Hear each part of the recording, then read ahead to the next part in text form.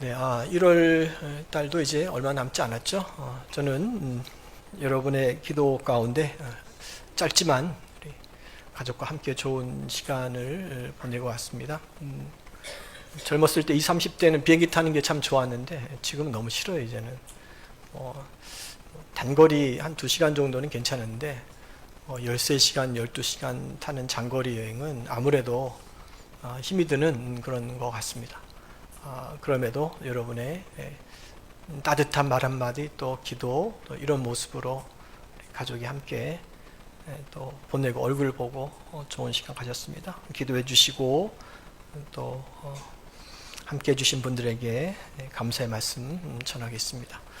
오늘 본문 말씀은 예수님의 제자들이 갈릴리 호수를 건너다가 큰 풍랑을 만난 사건이죠. 우리 익히 잘 알고 있고 여러 번 설교로도 들으신 내용인데 오늘 다시 이 주제로 이 안에 포함되어 있는 형통이라는 것이 무엇인가, 또 하나님은 왜 이렇게 고난을 통해서 우리에게 다가오시는가, 그리고 우리가 생각하는 평안이라고 하는 것은 어떤 의미인가, 이런 내용들이 이 말씀 가운데 포함되어져 있어서 그 은혜를 나누려고 합니다. 성경을 보면 풍랑을 만난 사건들이 몇 군데 기록이 되어 있어요. 이 풍랑 사건을 우리가 주목해서 살펴봐야 할 이유는 우리 인생 자체가 풍랑의 연속이기 때문에 그렇죠. 크고 작은 풍랑을 만나는 것이, 또 그런 고난을 겪는 것이 우리의 인생이에요. 지금도 그 풍랑 가운데 있는 분도 있고, 또 그 끝머리에 있는 분도 있고, 또 여러 가지 인생의 기도 제목을 붙들고 기도하는 우리의 모습이 있는 거죠. 그래서 성경에 나오는 풍랑 사건을 잘 살펴보면 우리가 이런 어려움을 겪을 때 어떻게 대처하고 어떻게 극복해야 할지를 우리가 말씀을 통해서 그 영적인 은혜를 받게 되는 것입니다. 뿐만 아니라 이 풍랑 가운데 포함되어 있는 하나님의 뜻, 왜 이런 것을 허락하셨을까? 왜 우리가 이런 것을 만날까? 라고 하는 하나님의 뜻도 알아볼 수 있습니다. 그런 관점에서 오늘 본문 사건을 통해 그 영적인 의미를 우리가 함께 나눠보겠습니다. 오늘 본문의 배경이 되는 사건이 하나 있죠. 오병이어의 사건이에요. 오병이어 사건이 있고 난 그 직후에 제자들이 풍랑을 만난 사건으로 이어지는데, 오병이어는 물고기 2마리와 떡 5덩어리로 5,000명을 배불리 먹이시고도 12광주리를 남기신 이 놀라운 사건을 통해서 주님이 그때 모였던 사람들, 그리고 무리들이라고 표현하죠. 그리고 제자들에게 가르치고자 했던 바는 딱 한 가지입니다. 예수님이 전능하신 하나님이라는 사실이죠. 누구도 행할 수 없는 이 사건을 통해서 내가 눈으로 보고 있는 이 예수가 전능하신 하나님이야. 그냥 하나님 아니에요. 전능하신, 능력이 있으신 하나님이라는 사실을 가르쳐주는 겁니다. 그 오병이어 사건 직후에 예수님의 제자들을 어디론가 급히 서둘러 보내시는데요. 어디로 보내셨느냐? 그 장면이 22절에 나와 있어요. 앞서 건너편으로 가게 하셨다, 이렇게 기록이 되어 있습니다. 오병이어의 이적의 그 은혜의 여운이 다 사라지기도 전에 예수님은 어떤 이유에서였든지 제자들을 서둘러 갈릴리 호수 건너편으로 가게 하셨다는 거죠. 그 건너편이 구체적으로 어느 곳인지 장소도 34절에 나와 있어요. 게네사렛이라고 하는 땅입니다. 예수님이 앞으로 게네사렛에서 무엇인가 하려고 하는 의도가 있기 때문에 너희들이 먼저 가라, 이렇게 말씀하신 거예요. 결국 제자들이 배를 타고 갈릴리 호수를 건넜는데요. 건너는 도중에 풍랑을 만나요. 24절이 그 내용이죠. 물결로 말미암아 고난을 당하였다. 그런데 중요한 것은 지금 예수님의 말씀에 순종해서 하는 항해예요. 요나처럼 하나님 말씀 듣고 니느웨로 가지 않고 다시스로 가버리는 그런 불순종으로 당한 풍랑이 아니라고요. 예수님이 가라라고 했기 때문에 그 말씀을 받고 가다가 만난 풍랑이라는 거죠. 순종하다가도 이런 풍랑 만날 수 있구나. 하나님 말씀 따라가도 이런 어려움이 있을 수 있구나. 이런 것도 우리가 볼 수 있는 겁니다. 그런데 얼마 가지 못해서 정말 큰 풍랑을 만나 고난을 겪었죠. 여기서 우리의 신앙의 본질을 우리가 살펴볼 수 있습니다. 예수님을 따르는 길, 다시 말하면 예수님의 말씀에 순종하는 길은 결코 편한 길이 아닐 수도 있구나. 이 사실을 저와 여러분이 아셔야 돼요.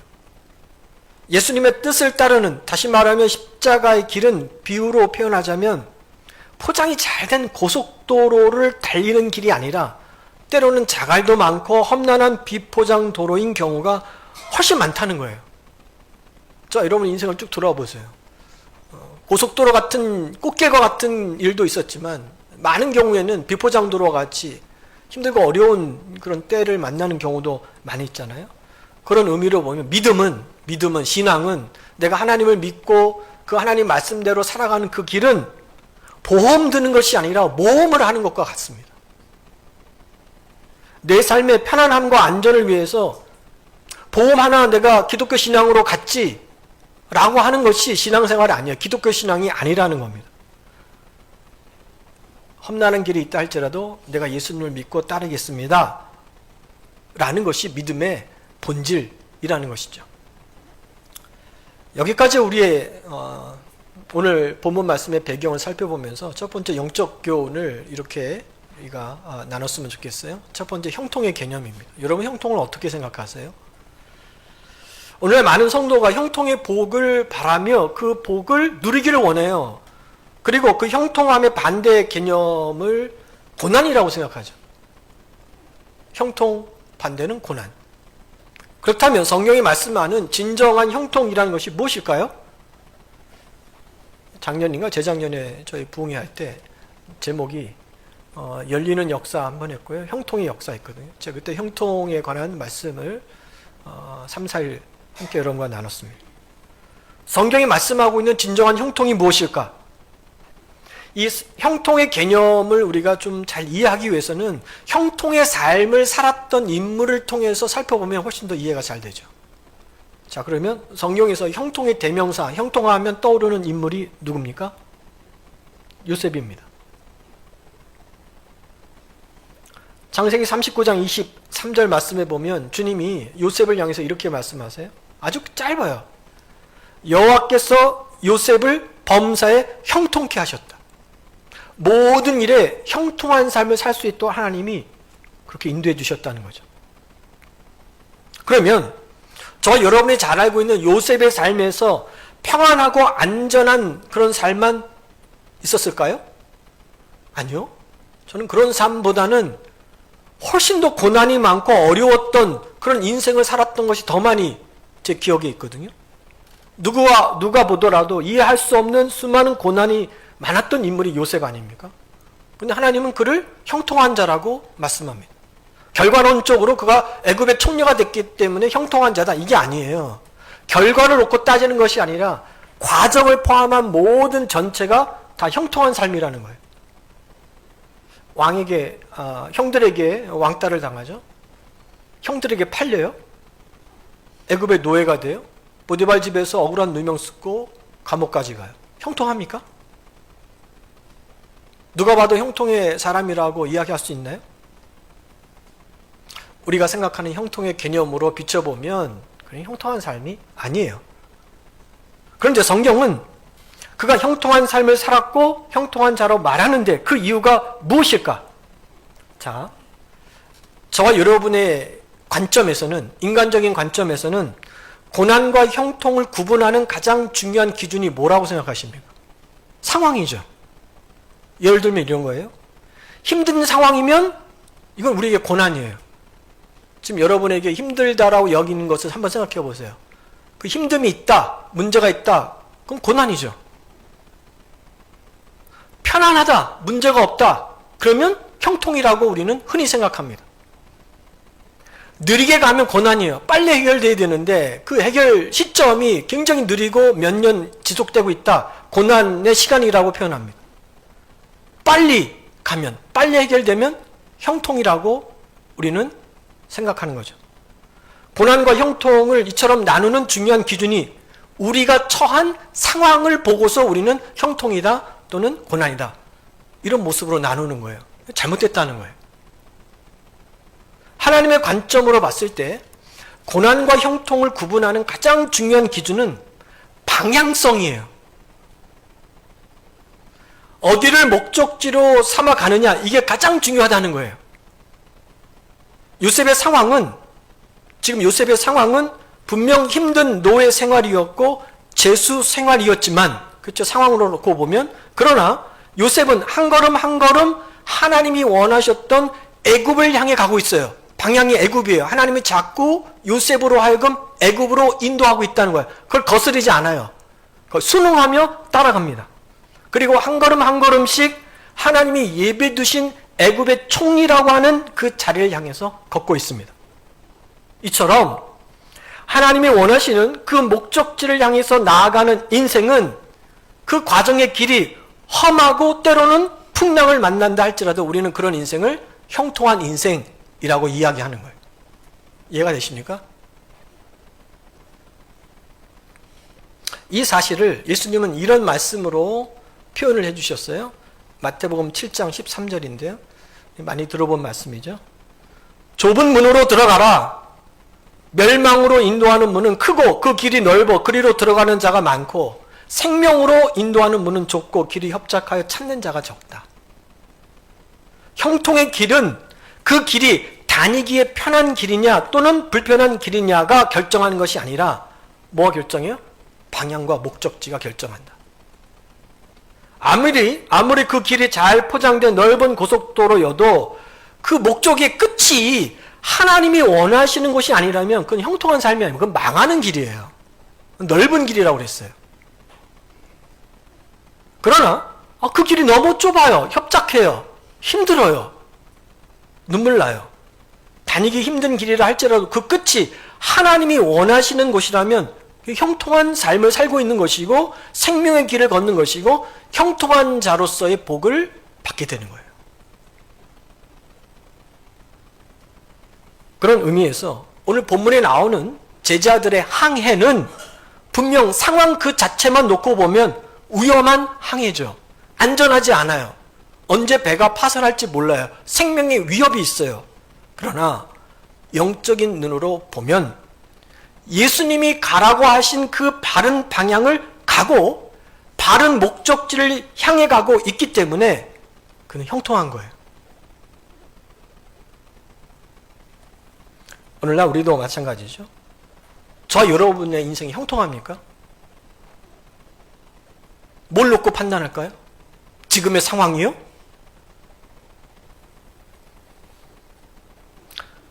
지금의 고난만 놓고 판단하지 마세요. 아무 일 없이 별탈 없이 편안하다고 다 잘 가고 있는 것이 아니라는 거예요. 내가 지금 상황이 힘들다 해서 잘못 가고 있는 것도 아닙니다. 중요한 것은 방향과 목적입니다. 무슨 목적지를 향해 무슨 방향으로 오늘도 내 인생의 배는 우리 가정의 그 배는 항해를 하고 있는가. 바라기는 요셉처럼 사도 바울처럼 그리고 오늘 본문에 나오는 베드로처럼 내가 걷고 있는 그 길이 풍랑이 일고 거칠고 비록 지금 좁고 협착할지라도 주님이 기뻐하시는 길이라면 그것을 믿음으로 이겨내며 끝까지 걸어가는 진정한 형통한 인생 가정 주님의 교회 될 수 있기를 주님의 이름으로 축원합니다. 다시 본문으로 돌아볼까요? 갈릴리 호수를 향하였던 제자들이 큰 풍랑을 만나자 아주 인간적으로 두려움에 휩싸여요. 두려움에 완전히 사로잡히자 어떤 일이 벌어진지 아십니까? 제자들을 도와주기 위해서 지금 바다 위를 걸어 다가오시는 예수님의 모습을 보고도 예수님인 줄 알아보지 못해요. 예수님이 말을 해줘도 그 말이 예수님의 말인지를 깨닫지 못해요. 한번 생각해 보세요. 다른 사람은 몰라도 제자들만큼은 예수님의 모습을 정확하게 식별할 수 있어야 합니다. 사람 중에 제일 예수님의 모습을 잘 알아야 할 사람들이 제자들이죠. 항상 동고동락했고 지금까지 주님의 손길로 그들이 배움을 받고 훈련을 받고 그리고 이 풍랑 사건 바로 이전에 오병이어의 은혜에 흠뻑 젖어 있었던 그들인데 제자들이 두려움에 사로잡히자 봐도 보이지가 않아요.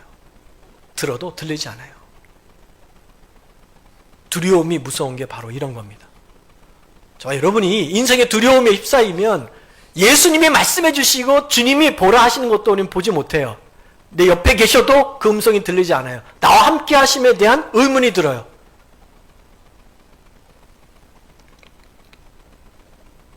우리를 완전히 마비시킵니다. 그래서 주님은 자주 우리에게 두려워하지 말라, 놀라지 말라, 내가 너와 함께함이라, 이 말씀을 주신 거예요. 두려움이 갖고 오는 이 큰 어려움이 있기 때문에 두려워하지도 말고 놀라지도 말고 내가 너와 함께함을 믿으라 라고 하는 말씀으로 우리를 위로하신 거죠. 두려움과 믿음의 공통점이 있어요. 그것은 바로 확대시키는 능력이 있습니다. 두려움도 그렇고 믿음도. 두려움은 문제를 크게 확대합니다. 크게 보게 합니다. 문제만 보이게 합니다. 그래서 두려움에 사로잡히면 주님은 보이지 않고 문제에 휩싸여서 거기에서 염려, 근심, 걱정으로 우리의 삶을 살아가는 거죠. 반대로 믿음은 하나님이 크게 보여요. 문제는 여전히 있어도 그 문제를 뛰어넘는 하나님이 내 마음의 중심에 팍 와 있는 거죠. 좌정하시는 거죠. 문제가 문제로 여겨지지 않고 두려움이 더 이상 나를 제압하지 않도록 주님이 나를 붙들고 있는 그 상태가 바로 믿음의 확대 기능이라고 볼 수 있습니다. 그래서 저와 여러분은 두려움이 찾아올 때마다 기도로 맞설 수 있어야 합니다. 두려움이 나를 사로잡지 못하도록 기도해야 하는 거죠. 언제까지 기도를 맞서야 할까요? 문제보다 하나님이 더 커 보일 때까지. 지금의 문제는 작아지고 오히려 하나님은 더 크게 보일 때까지 기도하셔야 돼요. 기도가 문제를 뒤엎을 때까지, 충만할 때까지 기도하세요. 진심으로 기도하세요. 믿음을 가지고 기도하세요. 형식적으로 하지 마시고 단 한마디라도 이런 주님을 바라보며 기도할 때 우리 인생의 두려움은 사라지고요, 오히려 그걸 통해서 형통의 큰 은혜를 우리가 누리게 되는 겁니다. 두 번째 영적 교훈을 함께 나눠보죠. 오늘 본문에 나오는 제자들은 예수님의 말씀에 순종하다가 고난을 겪게 됐는데요, 참 놀랍게도 주님께서는 그 고난을 통해서도 마지막에 선을 이뤄내신다는 거예요. 좋은 것을 만드신다는 거예요. 우리에게 좋은 것을 주신다는 거예요. 뜻하지 않는 배움의 역사를 우리에게 주시는 거죠. 우리가 보통 고난의 장소라고 하면 쓰는 단어가 있죠. 광야라는 단어를 빗대어서 씁니다. 광야는 물도 없고 먹을 것도 없고 황량하고 춥고 외롭고 위험에 노출된 그런 곳. 물론 힘든 곳이긴 하지만 그런데 의외로 광야가 주는 영적 유익이 있다는 것도 아십니까? 광야는요, 하나님을 만나는 장소예요. 대부분의 사람들은 다 광야에서 하나님 만났어요. 모세도 그렇고 야곱도 그렇고 사도 바울도 그렇고. 광야는 하나님을 만나고 하나님의 말씀에 또렷하게 들리고 하나님을 더 의지하고 하나님을 바라보게 하는 장소가 고난입니다. 광야라고 하는 그 고난의 길이 우리를 그렇게 만든다는 거죠. 우리의 신앙을 성숙하게 합니다. 겸손하게 합니다. 주님을 찾게 합니다. 오늘 풍랑을 만난 제자들의 모습을 보면 비록 풍랑 때문에 그들은 두려웠고 고생을 했지만 그로 인해서 놀랍게도 예수님을 더욱더 경험하고 알게 하는 은혜를 입었어요. 그 말씀이 32절과 33절에 기록이 되어 있죠. 이렇게 말씀하고 있습니다. 배에 함께 오르매 예수님이 배에 오르셨어요. 바람이 그치는지라 배에 있는 사람들이 예수께 절하 이르되 뭘 배우게 돼요? 당신은 진실로 하나님의 아들입니다. 풍랑이 없으면 못 배우는 거예요, 이건요. 근데 풍랑을 통해서 다시 한번 오병이어 사건도 그렇고 거듭 제자들로 하여금 내가 너 앞에 서 있는 이 예수님이 하나님의 아들이라고 하는 사실을 깨우쳐주고 알려주는 은혜를 잊게 된 겁니다. 아, 예수님은 천지를 다스리시는 하나님의 아들이시구나. 이처럼 고난은 분명 힘든 부분이 많지만 하나님은 그걸 통해서 우리를 더 단단하게, 더 하나님을 의지하며 살 수 있는 믿음의 사람으로 우리를 가르쳐 주시는 거죠. 그래서 예수님은 그들의 생명을 위협하는 그 거친 파도를 다리 삼아서, 그 생명을 위협하는 거친 바다를 계단 삼아서, 통로 삼아서 제자들에게 왔고 그것을 잔잔케 하시는 그 능력을 통해서 주님을 바라볼 수 있도록 해주시는 그 선한 일을 제자들에게 주셨다. 고난이 갖는 유익이죠. 그래서 우리가 흔히 고난은 잘 포장된 하나님의 선물이다, 이런 말씀을 합니다. 오늘날도 마찬가지입니다. 이 자리에 예배드리는 분 중에 혹시 크고 작은 인생의 풍랑 고난으로 인해서 기도 중에 있는 분이 있습니까? 오늘 이 풍랑 사건이 남의 사건이 아니라 나하고도 연결할 수 있는 그런 내용이구나 라는 그런 말씀으로 받아들이는 성도분이 있습니까?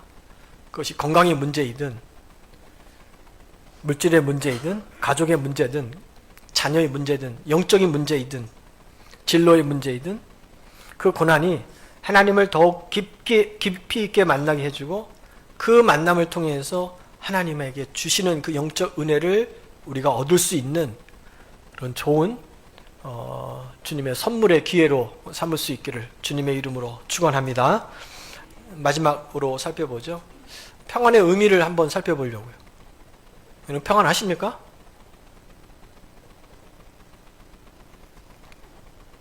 풍랑이 불어오는 바다를 걸어서 예수님이 결국 배 위에 오르셨어요. 그 순간 풍랑이 잠잠했죠. 그 전까지만 해도 일렁이는 파도에 배가 파산될 정도로 큰 위험이 있었는데 예수님이 배에 오르자마자 어떻게 됐어요? 잔잔했어요. 평안이죠. 그래서 중요한 것은 예수님이 함께 하실 때 진정한 평안이 임한다는 겁니다. 이게 핵심이죠. 예수님의 제자들을 보세요. 대부분 베테랑 어부들이에요. 그런데 그 풍랑 앞에서의 그들의 힘과 기술은 무용지물입니다. 쓸모가 없어요. 인생의 항해가 몇 년만 지속됩니까? 계속 가는 것이 마지막 때 이를 때까지 지속하는 것이 인생의 항해죠. 그런데 인생의 항해 중에서도 중요한 것은 내가 그 항해 가운데 만나는 문제의 크기나 풍랑의 크기나 내 능력이 아니에요. 이걸로 해결되는 것이 아니라 결정타는 주님의 동행입니다. 이게 판가름 나는 거예요. 주님의 동행이. 제자들이 어부로서의 경력이 어느 정도 되느냐 중요한 것이 아니라 주님이 함께하고 있느냐 함께하고 있지 않느냐 이걸로 판가름 된다는 거예요. 우리가 흔히 평안을 생각할 때 이야기할 때 뭐라고 우리 표현을 하죠? 생각하죠? 평안하면 문제가 없는 상태. 보통 이렇게 우리가 받아들이죠. 문제가 나 지금 특별한 문제가 없어. 뭐 괴롭히는 문제도 없고 걱정할 문제도 없고 염려할 문제도 없어. 그냥 평안해. 요즘에 내 가정을 살펴봐도 그렇고 우리 자녀들의 인생도 그렇고 내가 일하는 것도 그렇고 별 문제가 없어. 우리가 평탄하다 이렇게 표현합니다. 그러나 성경이 말씀하고 있는 평안의 개념은 그런 게 아니에요. 성경이 말씀하고 있는 평안이 뭘까? 여기에 빗대어서 지금 여러분의 삶을 살펴보라고요. 우리가 문제 가운데 있더라도 주님이 나와 함께 하신다는 것을 믿고 있는 상태, 이게 평안입니다. 여러분이 문제 가운데 있다 할지라도 주님이 나와 함께하고 있어 라고 하는 이 사실이 내 믿음 가운데 있는 그 상태가 평안이에요. 문제가 없다라고 하면 문제 없는 상태에도 주님은 나와 함께 계셔 라고 믿고 있고 그렇게 고백하는 것이 평안이라는 거예요. 다시 말씀드릴게요.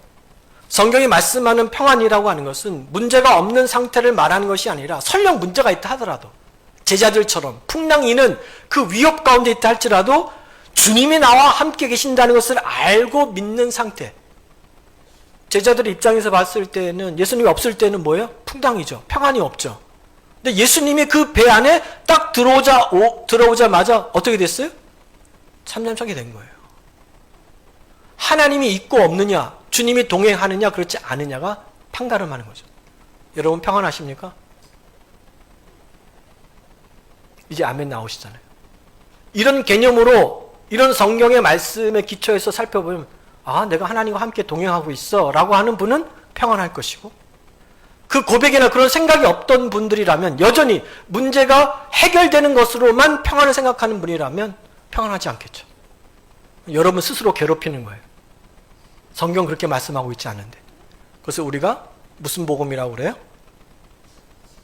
지가복음. 자기가 만들어낸 복음에, 자기가 만들어낸 그 생각에 자기가 괴롭히는 거예요. 사도 바울을 생각해 보세요. 사도 바울의 삶을 보면 풍파많은 인생이에요. 주님의 일을 하는데 평탄의 길을 걸어본 경우가 거의 없어요.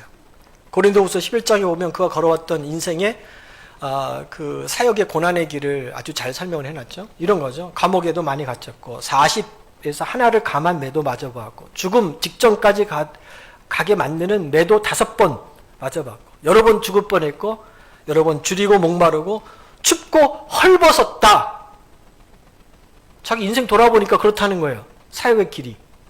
평안합니까?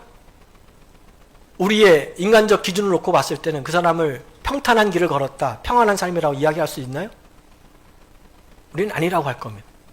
그런데도 사도 바울의 마음에는 감사가 있고 기쁨이 있었고 평안이 있었어요.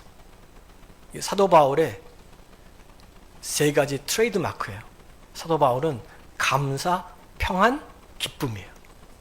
그것밖에 없어요. 사도 바울. 바울이 감옥에서 쓴 옥중서신 중에 빌립보서를 보면 야, 이 사람이 지금 감옥에 있는 사람이 맞아? 라고 할 정도로 너무나도 그 평안과 기쁨 가운데 있음을 우리에게 분명히 보여줍니다. 어떻게 그럴 수 있었죠? 그 이유는 주님이 지금 나와 함께 하셔 라고 하는 이 믿음이 사도 바울이 떠나지 않았기 때문에 그래서 평안이 나오는 거예요. 내가 있는 곳이 감옥이 됐든 또 다른 어떤 곳이 됐든 늘 내 마음은 요동하지 않고 평안할 수 있는 거죠. 그런 의미로 여러분 평안할 수 있기를 바랍니다. 오늘 본문에 나오는 풍랑 사건만 보더라도 제자들이 그 어려운 가운데 결코 고립돼서 혼자 있지 않았어요. 예수님은 그 자리에 없었으니까 혼자 아닌가? 라고 생각할 수 있지만 그렇지 않거든요. 놀랍게도 주님은 제자들로 하여금 반대편으로 건너가게 하시고 예수님은 뭐 하셨을까? 그렇죠. 23절에 보면 예수님이 취하셨던 모습이 나와요. 제자들 보내고 뭐 하셨는가? 23절에 이렇게 기록이 되어 있죠. 무리를 보내신 후에 기도하러 따로 산에 올라가셨다. 거기 홀로 계셨다. 제자들을 앞서 보내놓고 그 다음에 예수님은 산에 올라가서 뭐 하신 거예요? 기도하신 거예요. 예수님은 이미 모든 것을 다 알고 계셨고 이미 기도로 함께하고 계셨다라는 사실입니다. 산 위에서 제자들을 보고 있는 거예요. 예수님이 홀로 휴식을 취한 것이 아니라 홀로 그 산에서 제자들을 위해서 기도하신 거예요. 가장 결정적인 순간에 기도를 마치시고 무리를 걸어서 제자들이 오셨죠. 그들의 배가 침몰되지 않도록 막아주시고 보호해 주셨습니다. 그렇다면 우리도 지금 이 순간에도 주님이 저와 여러분의 모든 상황을 지켜보시면서 나를 위해서 기도하고 있다는 사실을 믿을 수 있기를 바랍니다. 지금 다 보고 계셔요. 저 여러분의 그 상황을, 그 진실됨을, 그 온전함을, 또 그의 부족함과 제약된 우리의 모습을 다 지켜보고 계시면서 우리 위해서 기도하신다. 그래서 성경은 이렇게도 표현하죠. 성령이 말할 수 없는 탄식으로 우리를 위해서 기도하신다. 그런 의미로 저와 여러분은 혼자가 아닙니다.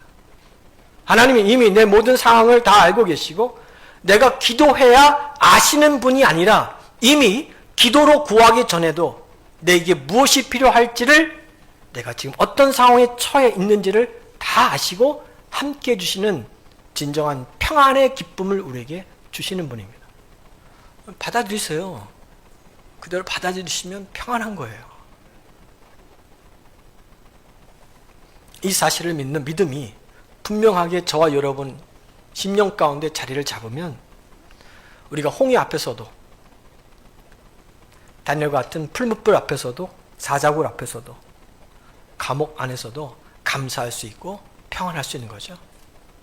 오늘 본문 말씀은 이런 평안을 우리에게 알려주십니다. 2025년도 함께 예배하는 저와 여러분의 심령이, 삶이, 가정이 주님이 나와 함께 하셔 라는 그 그 분명하고도 그 단순한 말씀을 믿음으로 평안 가운데 날마다 거할 수 있기를 주의 이름으로 축원합니다. 오늘 말씀을 정리할게요. 예수님의 말씀에 순종하다가 큰 풍랑을 만난 제자들의 모습을 함께 살펴봤습니다. 이 사건을 통해서 첫 번째 우리가 깨달은 영적인 은혜는 형통의 개념이에요. 형통에서 중요한 것은 지금의 상황이 아닙니다. 하나님 힘들어요, 어려워요, 기도할 수 있고요. 주님의 인도함을 마땅히 받아야 됩니다.